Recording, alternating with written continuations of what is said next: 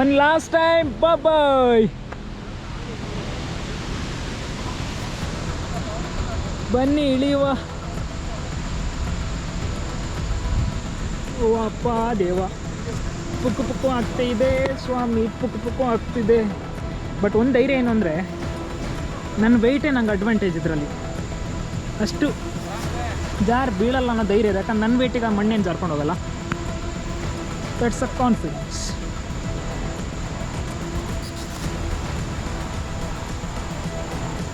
ಓಹೋ ಓಹೋ ಅಮ್ಮ, ಓ ಬಾ.